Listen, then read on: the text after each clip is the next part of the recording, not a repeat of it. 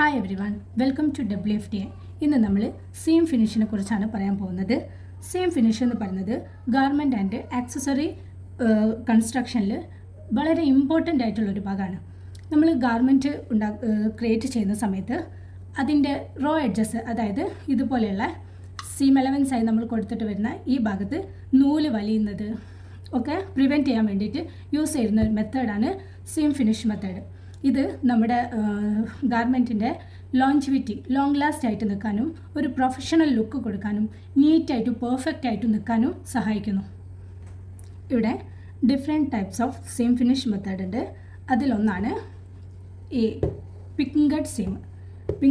ഇതാണ് പിങ്കിങ് ഷെയർ. ഇത് യൂസ് ചെയ്തിട്ടാണ് നമ്മൾ ഇത് ചെയ്യുന്നത്.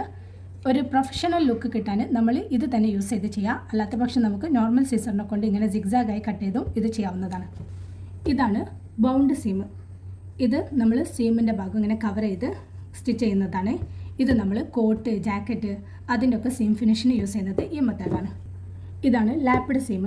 കിഡ്സ് ഫ്രോക്കിൻ്റെ ബോഡി പാർട്ടും സ്കേർട്ട് പാർട്ടും ജോയിൻ ചെയ്യാൻ നമ്മൾ ഈ മെത്തേഡ് യൂസ് ചെയ്യാറുണ്ട്. ഇതാണ് ഫ്ലാറ്റ് ഫെൽഡ് സീം.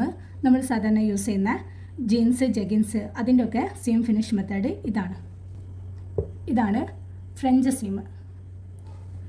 ഡെലിക്കേറ്റഡ് ആയുള്ള ഫാബ്രിക്, ഷിഫോണ്, ഓർഗൻസ, സിൽക്ക് തുടങ്ങിയ ഫാബ്രിക്കുകളൊക്കെ നമ്മൾ സീം ഫിനിഷിന് ഈ മെത്തേഡ് യൂസ് ചെയ്യാറുണ്ട്. ഇതാണ് ഡബിൾ ടോപ്പ് സ്റ്റിച്ച്.